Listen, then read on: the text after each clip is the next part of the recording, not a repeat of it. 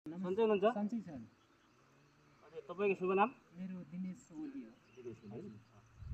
तपाईँ हामी त धेरै पछि भेट भइयो यहाँ। हजुर सर, के गर्ने अब समस्याले गर्दा खै उता पूर्व पश्चिम गर्दा अब आफ्नो समस्याले हेर्न अलिक गाह्रो भयो। आज हजुर हाम्रो भेट भएको छ।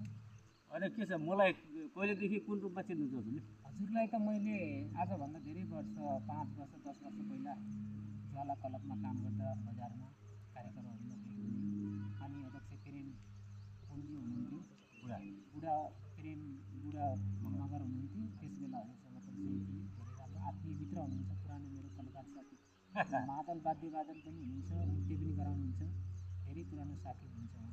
अनि एउटा तपाईँको त्यो हामी पहिला उयो गर्थ्यौँ नि दिदी, हजुर, ज्वालामा हुने बेलामा तपाईँलाई एउटा मनपर्ने एउटा कुन गीत भन्नुभएको थियो अरे? मलाई गाना त धेरै गाउँछु सर, तर अलि मन छुने आफूले त्यसलाई निहालेर गाउन सक्ने गीत एउटा गाना छ, गाइदिउँला। कुन गीत हो अरे?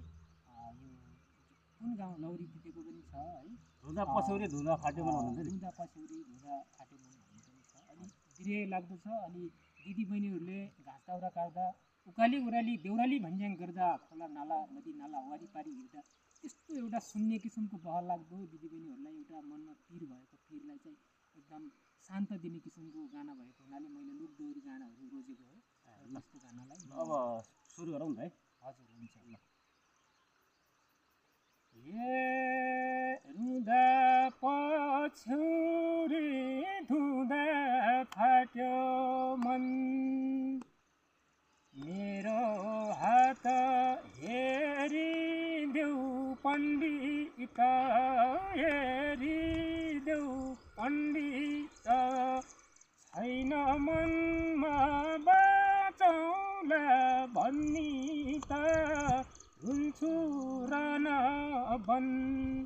रुँदा पछौरी रुँदा फाट्यो मन, हेरिदेऊ पण्डित, हेरिदेऊ पण्डित, छैन मनमा बाँचौला भन्नी त हुन्छु रान बन।